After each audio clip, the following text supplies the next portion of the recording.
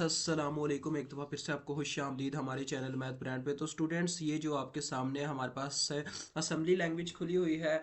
इस बुक का नाम हमारे पास है वाइथा यू असम्बलर कोर्स। तो इसमें हमने क्या करना है जी, सबसे पहले हम छठा क्वेश्चन ये वाला करने वाले हैं। जो ऊपर वाले क्वेश्चन है इन्हें बाद में आपको मतलब कि प्लेलिस्ट में अवेलेबल कर दिया जाएगा। काफ़ी ईजी है वो, 2-2 मिनट का काम है। ये भी काफ़ी ईजी क्वेश्चन है जो भी हम छठा क्वेश्चन करने लगे हैं।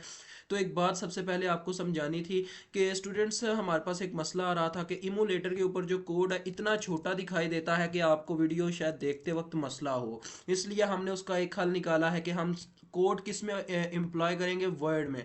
हम वर्ड में कोड लिखेंगे, जबकि उसको यहाँ से कॉपी करके जब आपको कोड समझ आ जाएगा यानी कि क्या लिखा गया है, उसको कॉपी करके इमूलेटर में पेस्ट करेंगे और फिर आपको रन करके भी दिखाया जाएगा। तो ये इस प्रॉब्लम का सोल्यूशन निकला है, क्योंकि वहाँ पे फॉन्ट साइज चेंज होता नहीं है। जैसे सी प्लस प्लस के कंपाइलर में हमने कर दिया था कि उसका साइज ही बड़ा कर दिया था, लेकिन यहाँ पे नहीं हो सकता।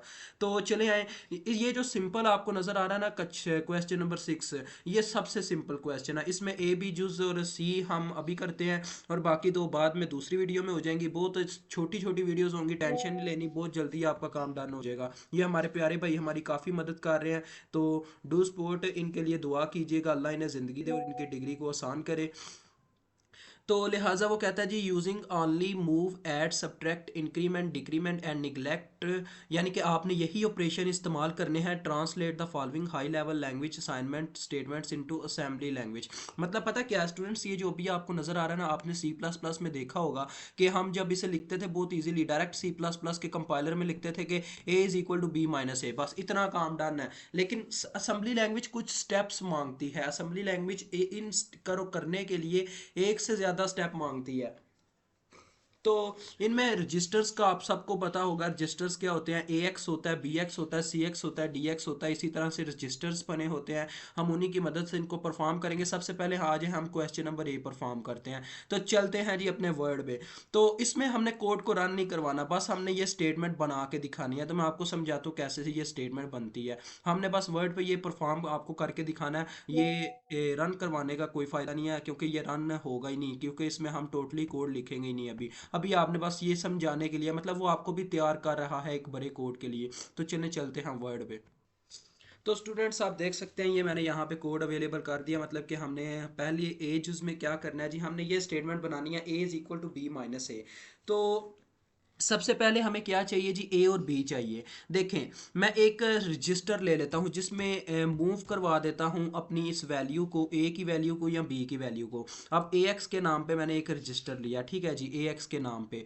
तो लिहाजा मैंने अपर केस ऑन कर दिया। इसमें असेंबली लैंग्वेज में एक चीज़ का आपको ये भी फ़ायदा कि इसमें कोड्स को कोई फ़र्क नहीं पड़ता कि आप मतलब कि इनके ऑपरेशन छोटे केस में लिख रहे हो या लोअर केस में या अपर केस में, कोई फ़र्क नहीं पड़ता। जैसे सी प्लस प्लस को फ़र्क पड़ जाता था, मतलब हम अगर स्विच स्टेटमेंट लिखने लगे वहाँ पे अगर एस बड़ा लिख दिया तो हमारा स्विच स्टेटमेंट परफॉर्म नहीं होगा। लेकिन यहाँ पे ऐसी कोई कहानी नहीं है। अब देखें, ये मैंने स्टूडेंट एक रजिस्टर लिया, यानी कह लें मैंने एक जगह प्लाट की है। उसमें मैं किस चीज़ को मूव करवाता हूँ जी, किसी एक वैल्यू को मूव करवा लेता हूँ।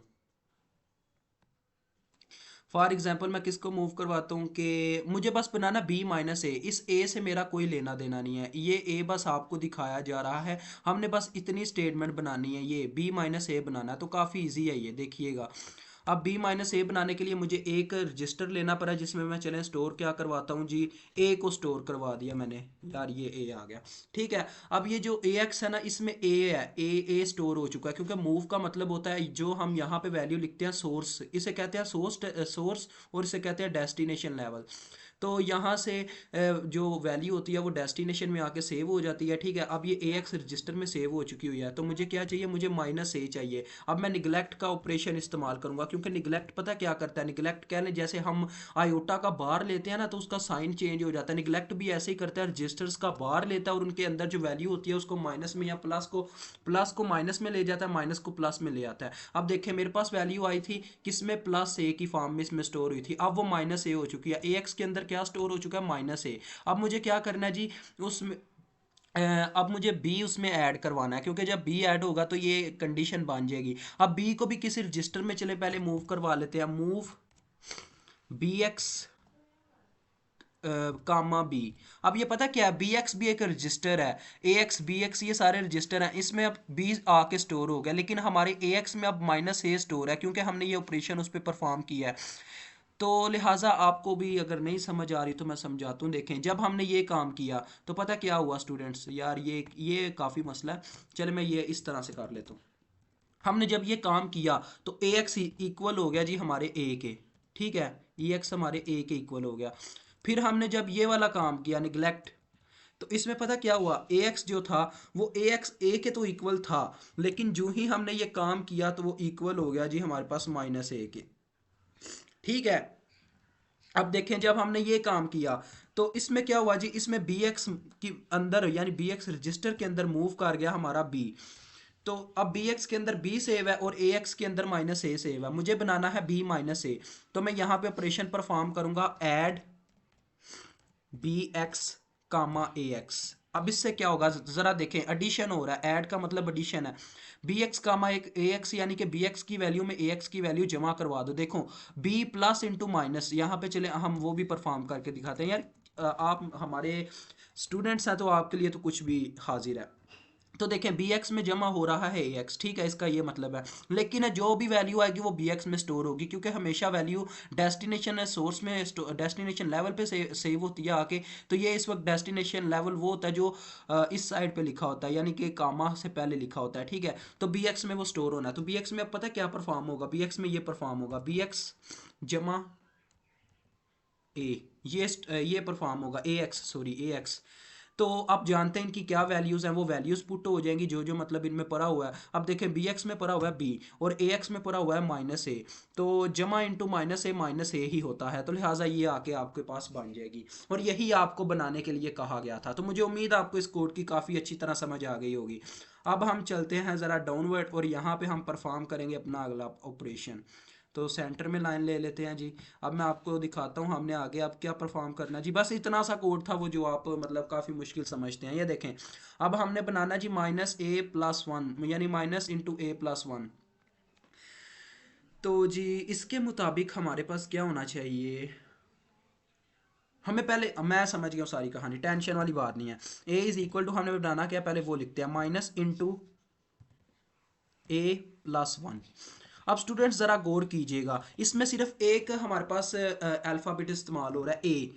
अल्फ़ाबेट मीन्स के एक वेरिएबल वैल्यू, तो लिहाजा उसके मुताबिक हमें ए एक रजिस्टर में स्टोर करवाना पड़ेगा। तो मैं पहले मूव करवा के ए एक्स में स्टोर करवा देता हूँ ए। इससे क्या होगा जी, हमारे ए एक्स जो है वो इक्वल हो जाएगा ए के, ठीक है, ए के इक्वल हो गया। अब मुझे क्या करवाना है, अब माइनस बाद में लिया जा रहा है वैल्यू का, पहले मैं क्या करता हूँ जी, मैं ए प्लस वन बना लेता हूँ और निगलेक्ट के ऑपरेशन से बाहर माइनस ले आऊंगा, मेरा काम डन हो जाएगा। बस इतना सा काम है। देखो मैंने सारी कहानी पहले ही बता दी, आपको सारी समझ आएगी क्योंकि इस साइड पे आपको सारा करके भी दिखाया जाएगा क्या हो रहा है। अब देखो मैं मूव के बाद क्या करता हूँ जी, ऐड का ऑपरेशन परफॉर्म कर देता हूँ, ऐड इज इक्वल टू, अब ए एक्स में ए स्टोर है, मुझे ए एक्स में वन स्टोर वन प्लस करवाना है, तो ये मैंने वन कर दिया। अब पता क्या होगा, अब होगा जी ए एक्स के अंदर वन जमा होगा, तो ए एक्स के अंदर जो भी वैल्यू है वो उसमें वन जमा हो जाएगा। अब आ जाएगा ए प्लस वन, ये आ जाएगा, ठीक है, समझ आ गई। अब देखिए हमने इतना तो बना लिया, अब मुझे चाहिए इसके साथ मान। अब आप बोलोगे सर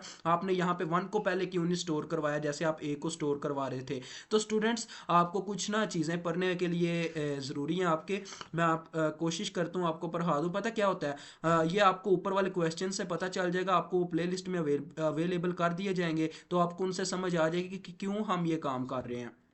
तो ये ऊपर आपको बताया जाएगा, मैं इस तरह से ही तसव्वुर करता हूँ कि आपको बता दिया गया है, तो इस तरह से इस वीडियो को बना के लेके चलते हैं।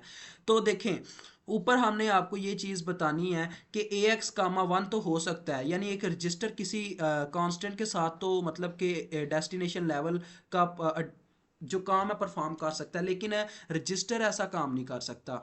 डायरेक्ट दो कांस्टेंट आपस में ऑपरेशन परफॉर्म नहीं कर सकते, यानी कि मैं इस तरह से नहीं लिख सकता ए कामा वन, तो ये रॉन्ग साबित होता है क्योंकि दो कांस्टेंट इस वक्त अपने साथ एक दूसरे के साथ कहने के ऑपरेशन परफॉर्म कर रहे हैं, तो इसे रॉन्ग टर्म समझा जाएगा।